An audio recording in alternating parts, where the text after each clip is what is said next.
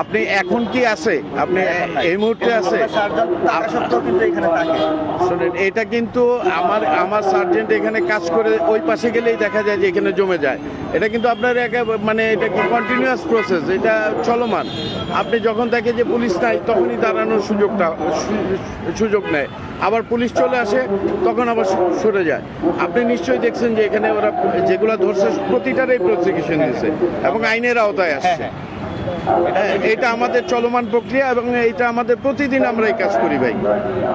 এখন পর্যন্ত কত টাকা জরিমানা করেছেন?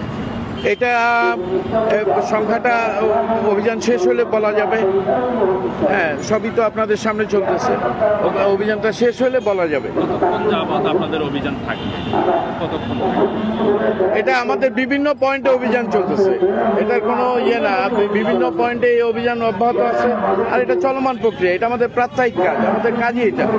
আমরা গাড়ির কাগজপত্র চেক করব, লোকজনকে যারা মোটরসাইকেল আরোহী আছে তাদেরকে হেলমেট যেন পরে, ড্রাইভিং লাইসেন্স যেন তারা করে এবং দক্ষ হাতে যেন গাড়ি চালায়।